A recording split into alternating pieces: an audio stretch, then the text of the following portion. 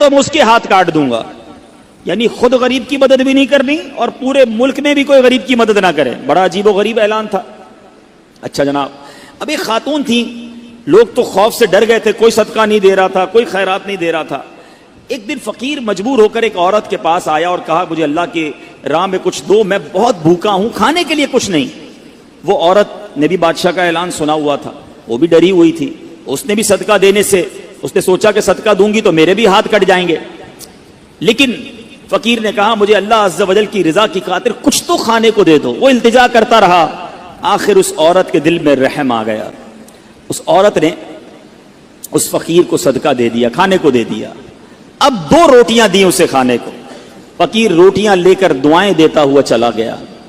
بادشاہ کو پتا چل گیا کہ ملک میں ایک ایسی عورت ہے جس نے کسی فقیر کو صدقہ دیا. اس نے اپنے بندے بھیجے اور اس خدا ترس رحم دل عورت کے دونوں ہاتھ کاٹ دیے گئے. اس کے دونوں ہاتھ کٹ گئے. اب میٹھے اسلامی بھائیوں, کچھ عرصے کے بعد بادشاہ نے اپنی والدہ سے کہا کہ مجھے اپنی مملکت کی سب سے حسین لڑکی سے شادی کرنی ہے. اس کی ماں نے جب معلومات کروائی تو پتا چلا پورے ملک میں ایک لڑکی سب سے زیادہ حسین ہے, مگر اس میں ایک خامی یہ ہے کہ اس کے دونوں ہاتھ نہیں ہیں. اس نے بادشاہ سے کہا. بادشاہ نے لڑکی کو دیکھا, اسے پسند آئی, اس سے شادی کر لی اور وہ عورت اب ملکہ بن گئی. جس نے 2 روٹیاں صدقہ کی, ہاتھ کٹ گئے, اب وہ بادشاہ کی زوجہ بن گئی. بڑی زندگی آرام سے گزرنے لگی, مگر ایک اور امتحان اس کی زندگی میں باقی تھا. پھر کیا ہوا, کیونکہ اور بھی اس کی بیویاں تھیں بادشاہ کی. نئی نویلی دلہن کے ساتھ بادشاہ بہت وقت گزارتا, بڑی نوازشات کرتا. دوسری جو بیویاں تھیں وہ حسد کرتی تھیں. ایک مرتبہ بادشاہ طویل عرصے کے لیے ملک سے باہر گیا تو بادشاہ کی بیویوں کو اچھا موقع ملا. انہوں نے بادشاہ کو خط میں لکھا کہ تمہارے پیچھے تمہاری جو بیوی ہے, نئی دلہن جو ہے, وہ برے کام کرتی ہے, اس کا کردار اچھا نہیں. بادشاہ نے بغیر کسی تحقیق کے حکم دے دیا کہ میری بیوی کو اٹھایا جائے اور جنگل میں پھینک دیا جائے. محل سے نکال کر جنگل میں پھینک دو. اب وہ عورت جنگل میں پہنچ گئی. بیابان جنگل تھا. اس کا ایک بیٹا بھی ہو گیا تھا بادشاہ سے.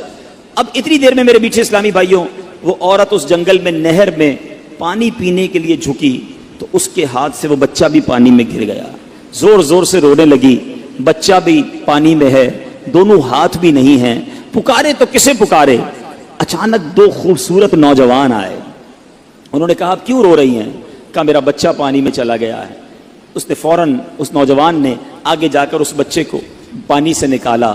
کہا اور آپ کو کچھ چاہیے تو بتائیے, کوئی اور آپ کی خواہش ہو تو بتائیے, کچھ اور آپ دعا کرنا چاہیں. تو اس عورت نے کہا کہ میرے ہاتھ مجھے واپس مل جائیں. ان نوجوانوں نے دعا کی, اللہ تعالیٰ نے دونوں ہاتھ بھی اسے واپس کر دیے. اب ان نوجوانوں نے اس عورت کو کہا کہ آپ جانتی ہیں ہم کون ہیں, ہم دونوں کون ہیں؟ تو عورت نے کہا میں تو نہیں جانتی, البتہ یہ معلوم ہے آپ کی برکت سے میرا بچہ بھی مل گیا, میرے ہاتھ بھی واپس آ گئے.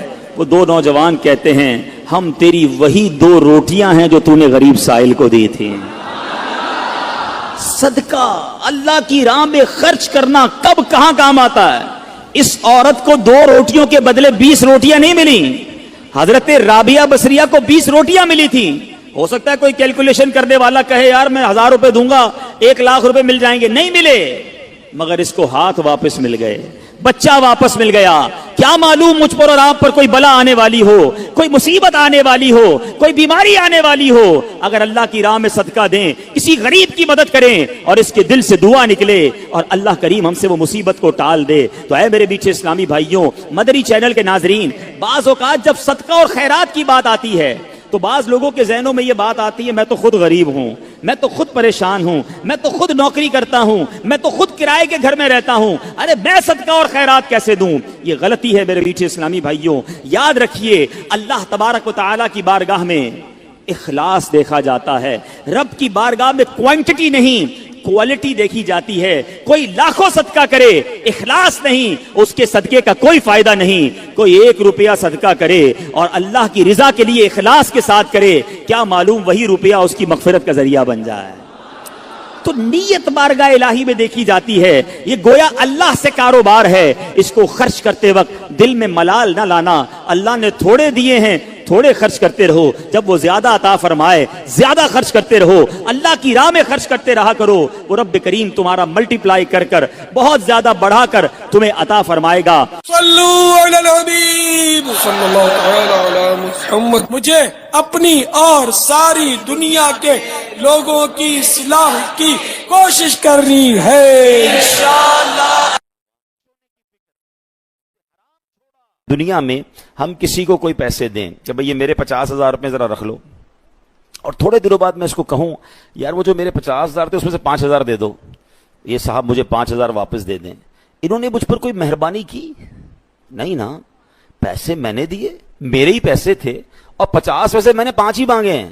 اچھا میں اس 5,000 پہ اس کو شاباش بھی دوں، تحفہ بھی دوں، خوش بھی ہو جاؤں، تو لوگ کہیں گے کمال ہے یار، اپنی پیسے تھوڑے سے لے کر پھر کس بات کی خوشی ہے، پھر کس بات کا انعام ہے؟ ٹھیک ہے نا، کوئی کمال نہیں ہے اس بندے کا جس کے پاس ہم پیسے رکھوا کے ہمارے ہی پیسے اس میں سے بھی تھوڑے لے لیں۔